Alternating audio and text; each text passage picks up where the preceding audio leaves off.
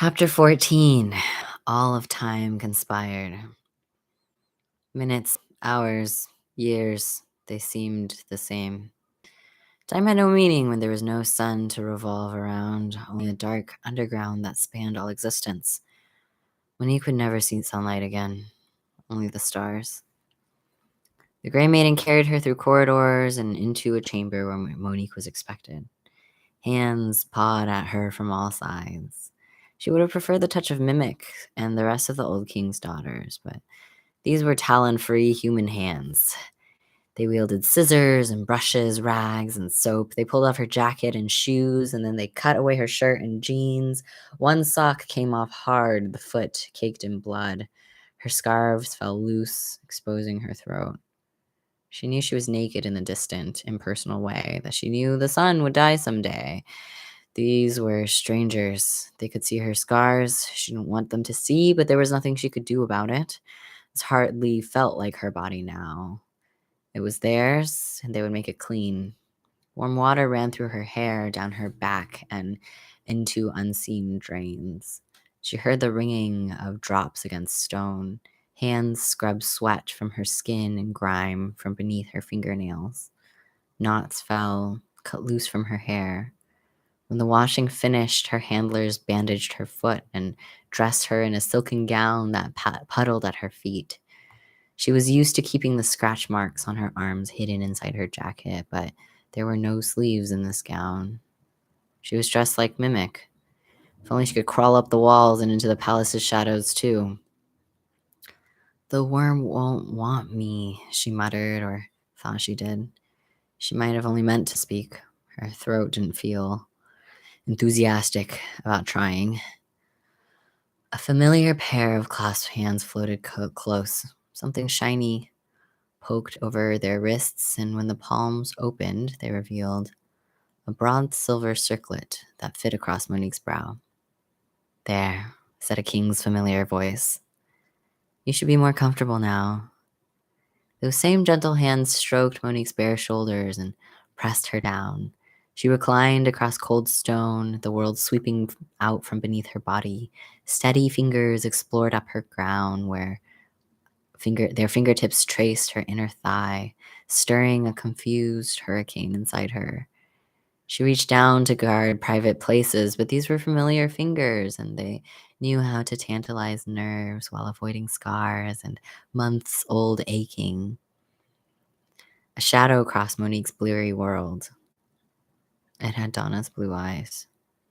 Soft weight settled across Monique's prone body, where lips kissed first at the meat of her bicep and then between her shoulder and neck. A shock skittered beneath her skin, and she gasped hard. She reached to feel for Donna's hips, hands, the small of her back, and found Donna's inner thigh, soft and wet and welcoming. An exploring tongue swept lightly along her throat, beneath her jaw, gentle enough to draw tears.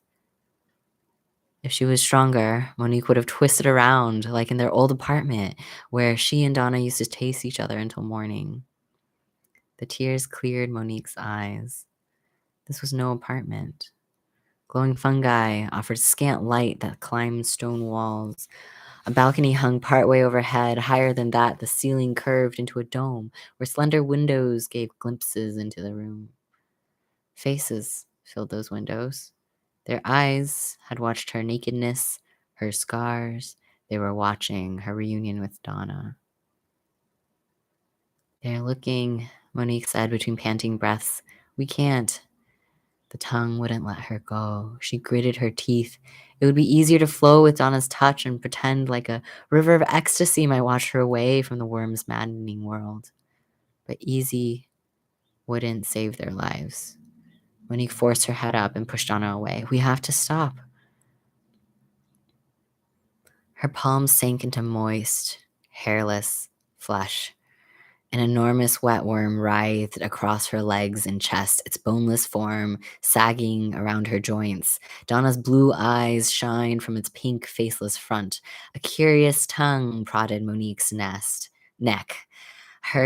She screamed and thrashed. No, not this. She wouldn't be this thing's bride. The haze cleared and full as the weight lifted. This is no kingly prime nocta, Donna said. You were my love first, but have it your way. A dozen hands drew Monique up from the cold stone and guided her onto a soft seat. Time thickened into a stone table that reached down the dim throne room, its aged books and silverware having been pushed to either side of where she had reclined moments ago. The table's jagged end stuck out on the far side of the room, undisturbed. Dead men sat in 5 of the stone seats, their faces covered in silver masks so they couldn't have seen their nakedness, while a 6th seat stood empty. Monique felt another, larger seat beside her, somehow even emptier, the reserved, vacuous place of a god. She had reached the bottom of the throne room and its throne. At the side of the empty place, and for the last time, she pressed her feet to the chilly stone floor, started to stand, and then collapsed. Her seat creaked, not stone, but thatched wicker. The Worm's people had dragged this new chair down the elevator into the throne room, beside the throne just for her, lighter, daintier, fit for a bride. She patted at her head. The silver circlet already felt like a part of her. Donna paced one side of the table as she buttoned the front of her suit. We couldn't find your beanie, she said, but just as well, it wouldn't have looked appropriate for the ceremony. Young men and women flitted around the bridal chair, once more fiddling with Monique's hair and stirring dishes of mushroom and fish. She didn't recognize their faces, but their hands seemed familiar. It was always going to be you, Mon Amour, Donna said. Even when the Grey Maiden grabbed all those wrong people, I knew you'd find your way. She mixed up the details, only ever fragments of the bride coming home, never the whole of you, but that couldn't stop us, and it couldn't stop the worm. His will brought you where you belong. Monique tried to swat hands away from her hair, but her arms felt too heavy. All those people. I take responsibility. I gave too many details or not enough, and she never wanted to come home empty-handed. Donna paced closer. Living rough, she understood that. Red's a familiar color, but she'd forget where you wore it. I described your features, but her kind probably don't see the distinction, and I didn't want her to grab every woman like you she came across. Can you imagine surviving old time only for me to turn her into a bigot? I'd feel so embarrassed. Embarrassed? Monique asked. Dee, this is murder. Some of those people are dead now. If you keep me, they'll kill me. Donna paused between the bridal seat and the throne, at last putting her warm body between Monique and the cold clawing of the empty place. The way it should have been in Freedom Tunnel, yet Monique still felt cold fingers. Donna's presence couldn't keep its grasp at bay. One of the young women quit fussing with Monique's hair and plucked up a silver fork. Its point slid into a crooked mushroom cap, brown juices sliding down the tine, and brought it to Monique's lips. She pursed them and turned away, though her needy stomach rumbled. I'm not killing you, Donna said. I'm giving us the gift of a world without hate. She took the fork from the intrusive hand and waved her servants away. A king could do that. She knelt in front of Monique and offered the mushroom again. Please, I know you're hungry. Another groan erupted from Monique's stomach. She couldn't fight it anymore. Her lips slid open. Donna pressed the fork into Monique's mouth and drew it back empty. This must be preferable to starving on the streets. Monique grunted. When she finished chewing, she found a cup in her hands. The water came crisp across her tongue and down her throat. She ate sparingly, not wanting to throw it all up after running so close to empty for days. The mushrooms were moist and spongy, the fish tender. To her angry stomach, this was a banquet fit for kings. Even King Donna. Monique swallowed one last bite and then shook her head. Donna relented, placing the fork back on the stone table. Its reflection caught briefly in one dead man's silver mask. That should give you strength for what's to come, she said. The Worms never had a bride before. We aren't sure what to express. Monique was sure. She'd seen what the song did to Phoebe. Snap out of it. Monique's voice cracked, going hoarse, but she didn't care. Please, wake up. I'm awake. Donna reached over the table and began to part bowls and books from a small blue box. You act like this isn't me, but I know you better than anyone. I'm the only one who knows how special you are. She placed the box at the head of the table within arm's reach of Monique, a wrinkled cardboard package of blueberry Pop-Tarts. You always had the worst taste, Mon Amour. You're still you, and I'm still me. Donna could preen all she liked, but she was wrong. The underground had eroded her day by day. While the worms people let her keep her wits, they had turned her mind self-destructive. What remained of her had faced choosing her girlfriend or a god, and she'd chosen a god. You are always brimming with love, Donna said. She sat against the table's edge and reached for Monique's hair. Too soft for a world like this. Too special. You deserve better. Monique clenched her fists at her sides. There's nothing special about me. Donna's cheeks blossomed above a wry smirk. Of course there is. You could have continued pretending to be a son to your parents. You could have given up on me. There were 1,000 times you could have made your life easier by doing what everyone else wanted. Monique looked into her lap. The gown was thin. She stared long enough. Her gaze might pierce its fabric and find her scars. Doing nothing wouldn't have been easier. Not on the inside.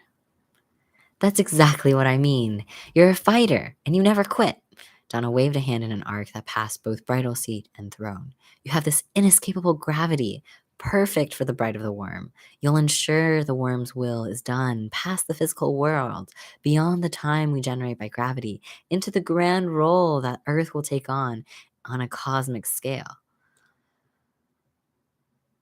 His children will grow inside you, feeding on future what-ifs, reflections of Earth from this moment that will never come to be, pathetic, wormless futures. When your children are grown, you'll reign them across land and sea, our eventual inhuman kings. I don't even have a fucking uterus, Monique snapped. It doesn't matter. You won't be human anymore. More importantly to him, you have the soul of a mother, caring and resilient. Donna slid her hand from Monique's hair and traced a finger down her jawline. This fight is your last. You'll be taken into his fold, but that you'll fight, that makes you special. This wasn't the Donna who once sang across Coney Island or who dragged Monique from hospital to church to shelter this past winter, weak and weary, scarred and hating life. King Donna remembered old Donna, but they were not the same. Fundamental switch had flipped. You missed Marigold and Cohen, huh? Monique swatted Donna's hand away. One more this, one more that. You were climbing the ranks, and I dragged you down. Now, you've dragged me down, and you're climbing again. Did they hand you a crown on the street, or did they wait until you got here and told them you'd hand me over? I love you. Don't you know that? Donna looked incredulous. I never meant to abandon you. I just went for a walk that day, raging over Samuel Reinhardt. Monique's skin felt too tight. Why? That's the question I asked myself. Why would the world let him do that to you?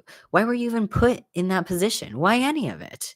Donna spread her hands to the wall of stars behind the throne, and the worm answered. Something wondrous happened for the first time in decades. The worm chose a new king. The worm changes you, Monique recited. She'd heard that too many times since this began, and now it dripped from her own lips. He did, and he'll change you too. Want to know how?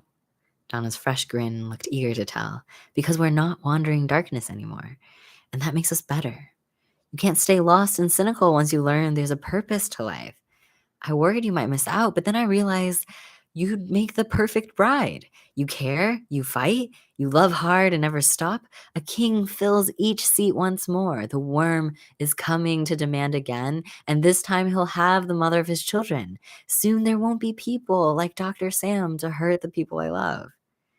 Because you'll hurt me yourself. Monique tried to stand again. Her legs wobbled. One foot screamed until she fell back into her seat. If you still love me, drag me out of here. The worm wants more than my damn kidney, Dee. The worm gives more, too. You be the bride then, Donna scoffed. I don't have what it takes to be the bride. I have the soul of a king. That was true. Self-righteous, selfish. At Marigold and Cohen, her confidence and ego had been charming. In the sunless palace, she was a monster. Cold fingers tapped down Monique's vertebrae. She glanced past the throne at the wall of stars. The fungi inside its holes seemed to glisten. We must be arriving, Donna said, standing from the table. For us, it's a matter of creeping across time and preparing for his return, but for the worm, it will have been less than an instant. He's just smashed the continents. Now he's slipping across millions of years to see his work. In a way, he is constant and time revolves around him. Monique thought of Karen, a worm through a wormhole. See, you understand. Donna reached for Monique's face. I would have made you my queen if I could. But the worm demands, and a world without hates awaits. I'm sorry. Monique clamped her teeth down on Donna's hand. A copper taste flooded her mouth. Donna wrenched back. Teeth marks cut a semicircle through the meat of her palm, beneath her smallest fingers. She smiled as if this proved a point. Monique spat blood on the floor. What if there is no he? That cosmic energy screwed up history, but that doesn't make it a god any more than the sun. You're kowtowing to a stellar freak accident. You're killing me for nothing. Donna's regal facade slipped into a snarl. Transcendence, at last, and you shirk it. Do you know why? Because you'll bloom and you can't handle that. When you lived with your parents, you pretended to be what they wanted for survival. Once they kicked you out, every day was a new struggle. The best you've ever done is survive. You've never thrived. I did. With you. Monique felt petulant and hated it. But what choice did she have? Not even with me. A gloom fell over Donna's eyes. It was irresponsible to fall in love with you, Monique. I've had a lot of time to myself in this room to reflect, and I was never really fair to you. I was desperate for love and wanted someone who wouldn't turn her back on me. You had your challenges, but you dogged after me, my loyal sweetheart at half my age. We were never on even footing. Anyone else would have given up long before now, but you tracked me down here yourself, too young and inexperienced to know better. Monique gritted her teeth. I don't quit. And look what that's done for you. You're on the verge of starving. Donna's cold shadow crossed the bridal seat. But I think living on the edge keeps you fighting.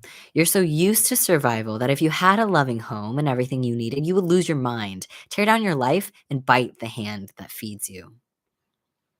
Monique looked to Donna's bloody hand. It wasn't true. She'd been happy when they lived together. But then, her standards for happiness had never been all that high. Her parents had seen to that. Was Donna right? Monique didn't have months in the throne room to contemplate her place in the universe. She had moments, and they were ending. Donna's eyes focused into a kingly gaze. Wild Monique, at last your struggle is over. You'll become the vessel of universal future and find peace through your children. I don't want to be a mother, Monique shrieked. Donna leaned into Monique's face and slammed lips against lips. The kiss brought too much teeth, but Monique didn't shy away. She tasted Donna's blood again. A warm ripple spread through her nerves. She sank into her bridal seat. Donna tore away before she could catch another bite and turned toward a wall to the throne's right. A slender doorway hid between shadows and the stone. She reached a hesitant hand ahead as if searching for an unseen doorknob. Monique forced herself to stand. Her foot begged for mercy, and the gown tangled around her ankles, but she had to try. Where are you going? She asked. I've worked the worm's will, and now... Donna slipped through the doorway. Shadow covered her black suit and dark hair, and she vanished from the throne room. Now I've been dismissed. Bones clattered at Monique's back, drawing her gaze to the table. The skeletons wriggled. Their hands twitched at their sides, a rattle against stone. One head fell forward, slamming its silver mask against the table. The skull caved in on impact and sent a tremor down the skeleton's spine, shaking loose limbs and ribs. The rib cage collapsed into a crumbling pelvis, and a bowler hat dropped to the floor. The rest of the silver masks crashed. Down the table, the skeletons crumbled against their seats, spraying bone dust into the air and pearly fragments across the floor. Their clothes crumpled. Whatever force once held the bodies together at last let them fall apart. They were dismissed. No, no, no. Monique darted for the wall's slender doorway. She spun without meaning to, nearly tripping on her gown, and faced the table. She turned around once more, tried another run, and swiveled toward the table again. That can't be right. She marched back and forth 20 times, her foot pleading her to stop. Her legs groaned, every step an effort against gravity, as if she were trying to fly. Blood seeped through her bandage, leaving dark splotches on the floor. When she could hardly walk anymore, she drifted back to the bridal seat and glanced at the throne. This was like trying to step inside the empty place. Anyone who wanted to cross the line would be dissuaded. She had not been dismissed. The rest of the seats now sat empty, every regal hopeful to come for Donna, freed of his burden. Monique was alone. Even dead men had more freedom than she did. Iron doors clanged open and echoed off the dark stone walls. Donna peered over the balcony railing, her face beaming with pride. This looked more her style, her standing above and Monique below. Bouchard joined the watchers in the viewing dome windows. His hand remained at his sides. He only conducted ceremonies on the surface, but now they were in the realm of kings, and he was just another of the worm's humble servants.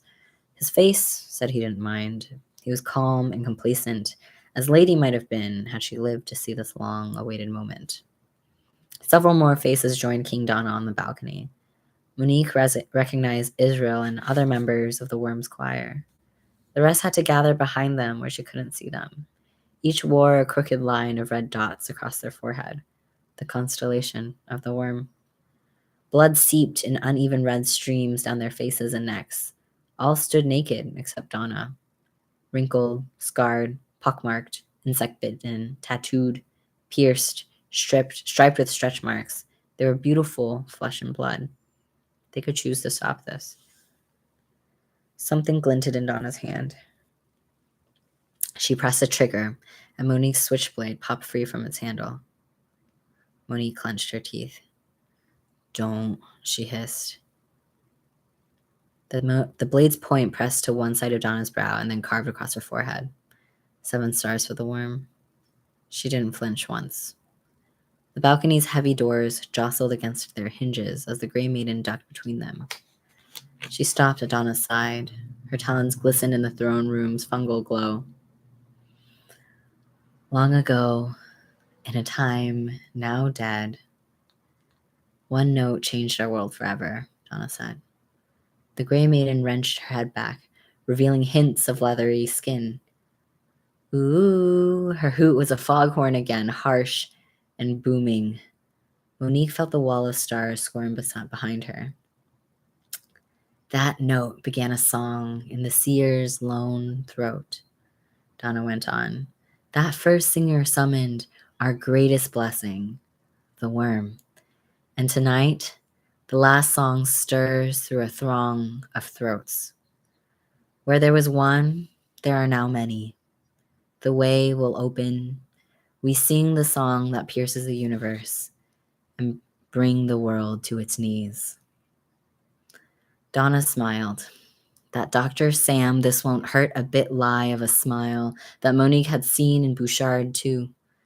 King Donna then let loose a long, eerie note. It was unsure, unpracticed, but she only sang to get the choir started. Her lips shut as they're stretched open, and the world trembled.